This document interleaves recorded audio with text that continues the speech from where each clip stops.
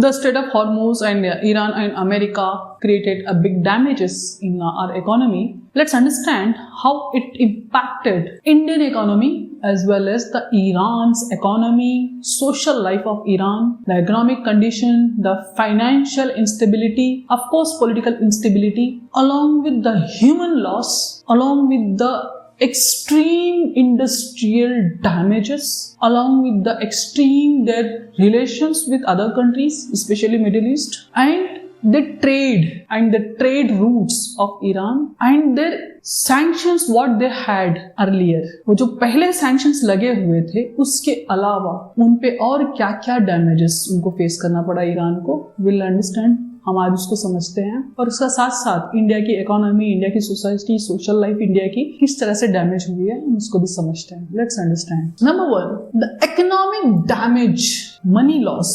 हमने देखा पहले ही हमारे वीडियो में कि ईरान अप्रोक्सीमेटली 10 बिलियन स्पेंड करता है अपने डिफेंस पे. 10 बिलियन बहुत ज्यादा पैसे होते हैं, लेकिन अमेरिका कितना करता है? 1 ट्रिलियन. देखिए, अगर वो 100 रुपए स्पेंड करे, ये 10 रुपए स्पेंड करे अपने डिफेंस पे. और अगर पूरे पर एनम मतलब पूरे साल अगर कोई सिर्फ 10 बिलियन स्पेंड करता है और उसके एक ही दिन में, जबकि डैमेजेस को यहाँ पे इंक्लूड नहीं कर रहे हैं, जो इंडस्ट्रियल जो डैमेजेस हुए हैं वो उसको इंक्लूड भी नहीं कर रहे हैं, उसका जो डिफेंस का जो नुकसान हुआ है that itself more than 10 billion which is 11 billion. एक दिन में नुकसान होगा ईरान का 11 billion. It is a huge damage for the defence of Iran. The next important thing is border estimates including rebuilding. सारे बॉर्डर्स डैमेज हो गए Iran के. जितने सारे जो इराक के साथ जो बॉर्डर था, जो स्टेट ऑफ हॉर्मुज के साथ जो बॉर्डर थे, whether it is Bahrain, Qatar, जिन्होंने अमेरिका को एयरबेस बनाने के लिए आर्मी बेस में वहां पे जगह दी थी, सऊदी अरब, सारे जो जितने सारे गल्फ ऑफ पर्शिया में जो भी उनका जो बॉर्डर्स थे सारे डैमेज हो गए. अब यूं कहो कि कंटेमिनेट हो गए. 10 billions of dollars needed to rebuild infrastructure like power grids, oil refineries, transport, etc. Recent report 2020 says war impact. Iran's economy may shrink. Iran की economy might shrink by 10%. जबकि जब war शुरू हुई थी तभी because of so many international sanctions imposed by America and other powers, European powers, Iran was going through extreme economic crisis, extreme financial crisis. Iran में अगर एक ब्रेड लेने जाओ ना ग्रोसरी में, वहां पे एक सूटकेस भर के मतलब एक बड़ा बैग भर के आपको नोट लेके जाने पड़ते थे ईरान करेंसी. तो ऐसे हालात में पर डॉलर की कीमत 16-17 लाख रुपीस हो चुकी थी. उसमें और एड ऑन हो चुका. It will shrink 10% more. Already बहुत ज्यादा श्रिंक थी. Massive losses in industry, trade and energy sector. The infrastructure damages. Yes, of course. Factories, Comm turbine engine plant. Bridges. Yes, इन्होंने एक ब्रिज बना दिया और वो सिर्फ 3 दिन में बना दिया. Within 40 hours, approx 40 to 50 hours में बना दिया एक रेलवे ट्रैक, और ट्रेन चला के भी दिखा दिया कि हम कर सकते हैं. लेकिन बहुत सारे डैमेजेस हुए हैं. लगभग 1 महीना डैमेज किया है अमेरिका ने, इजराइल ने. उन सबको कैसे ठीक करोगे? Bridges, transport hubs, oil refineries and gas fields, जिस पे आपकी पूरी इकोनॉमी डिपेंड थी, उसको डैमेज कर दिया. And airports has been damaged. जहां पे आपके जो डिफेंस के लिए इस्तेमाल करते थे, आर्मी आपकी इस्तेमाल करती थी एयरपोर्ट्स की, वो आप डिस्ट्रॉयड है. एंड जो कमर्शियल एयरपोर्ट्स हैं, almost all airports, all big cities, जितने सारे सिटीज थे ईरान के, सारे तेहरान वगैरह सब कुछ damaged. Iranian basis eradicated, satellites reveal all. जो बेसिस थे, आर्मी बेसिस थे, वो सारे इरेडिकेट हटा दिए, रिमूव कर दिए. ये पिक्चर्स आपको इंटरनेट पे भी नहीं मिलेंगी. ये बस हमने वैसे ही लगा रखी है कि कोई और पिक्चर है, ये ईरान की नहीं. इंटरनेट से हटा दिया सारे पिक्चर्स. इंटरनेट जितने नुकसान हुए ना ईरान के, सारे इंटरनेट से हटा दिए गए हैं. And the important thing is, जो ईरान की ओल्डेस्ट मेडिकल रिसर्च यूनिवर्सिटी थी उसको तक डैमेज कर दिया, जहां पे it has been built in 1900. 20s की बात है और 1900 में इन्होंने इस मेडिकल रिसर्च इंस्टीट्यूट ने बहुत सारे रिसर्चेस किए थे, स्पेशली ऑन रेबीज, उस तरह के रिसर्च किए थे, वैक्सीन्स पे काम किया था। ये जुगलर वेन है ईरान की। और इसके अलावा ईरान के पास इतनी बड़ी कोई भी रिसर्च इंस्टीट्यूट नहीं थी जो मेडिकल और फार्मेसी पे काम कर रही हो। और इंडिया के भी बहुत सारे बच्चे जो हैं ईरान जो MBBS करने के लिए जाते हैं, मेडिकल सीट वहाँ पे लेके वो यहीं पे जाते थे मोस्ट ऑफ देम, और उसको डैमेज कर दिया। And it has been built during Ottoman empire. It is one among the oldest medical research institution in entire Middle East. It might be the heritage.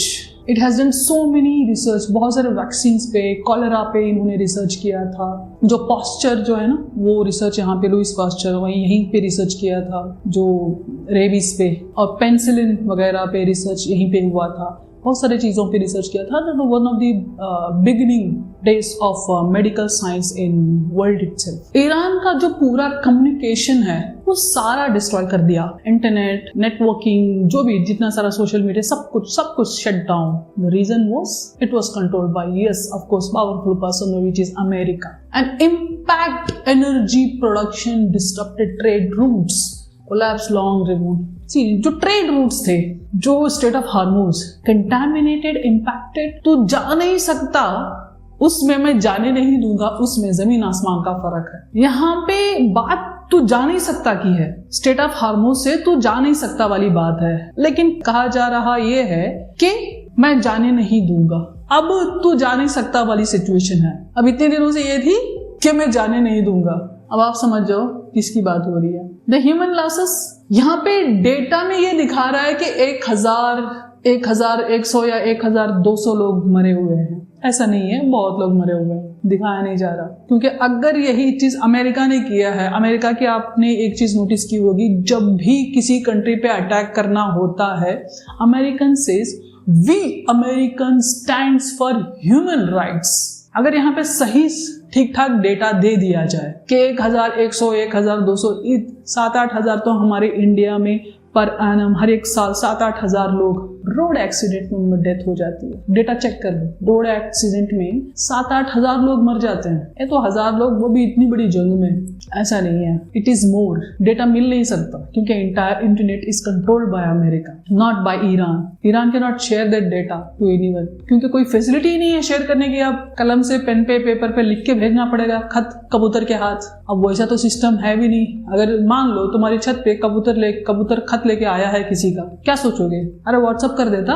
ये सोचोगे कि कबूतर के मुंह में कुछ गलती से पेपर लग गया है। We won't believe, just imagine. And 4000 injured. It is escalating, ये बढ़ रहे हैं। जो इंजर्ड है वो शायद मर चुके होंगे। And estimated very widely, and 26,000 injured, civil deaths, recent strikes. ये सारी कहने की बातें हैं। The reality is completely different.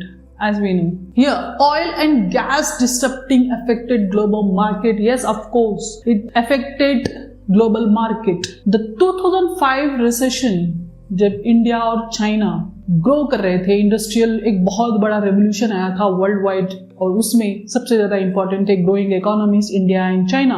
They wanted to have their own industries, manufacturing system. चलो चाइना में सक्सेसफुल हो गया, इंडिया में because of multiple reasons fail हो गया। फेल नहीं कह सकते, but we are very good consumers. In 2005 LPG we did very well. पूरी दुनिया के ब्रांड्स इंडिया आए, हर कोई प्यूमा, एडिडास पहनता है, KFC, डोमिनोज, कोई भी कहीं भी खा भी सकता है। बहुत सारे ब्रांड्स आए, पूरा इंडिया कोका कोला पीने लग गया। तो ये सारी चीजें इंडिया में हुई 2005 के बाद। 2005 में एक और भी चीज हुई थी, जहां पे पूरे मिडिल ईस्ट की crude oil producing capacity spare हो चुकी थी। 2005 the same thing happened here. State of Hormuz crisis increase, shipping cost risk. Yes, shipping cost risk.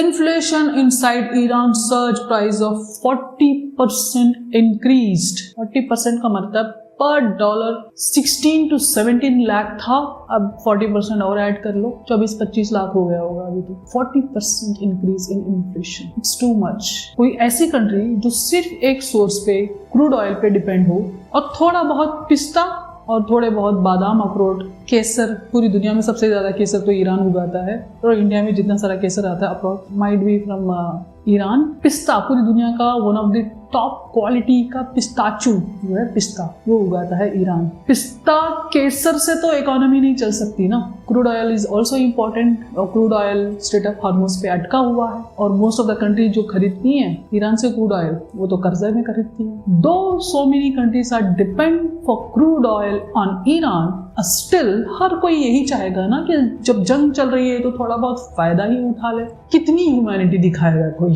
जितनी उससे बन पड़ेगी। Inflation inside Iran, unemployment and business collapse. यहाँ पे जान की कोई वो नहीं है, कदर और कीमत नहीं है। अब इनको एम्प्लॉयमेंट चाहिए। हाँ, ये भी जरूरी है, एम्प्लॉयमेंट भी चाहिए। अगर जिंदा रहोगे, जान बच गई किसी वजह से, जिंदा भी तो रहना, कुछ तो खाना है, एम्प्लॉयमेंट तो चाहिए। Business losses, how can you expect in one of the biggest power in the world attacking you and you are still thinking about employment and business? Yes, your life is depend on employment and business. So you are thinking about it. Yes, it is that there are big losses you have to go through. The reasons are multiple. You have to go through. Here, final summary: the economic losses approximately 30 to 100 billion.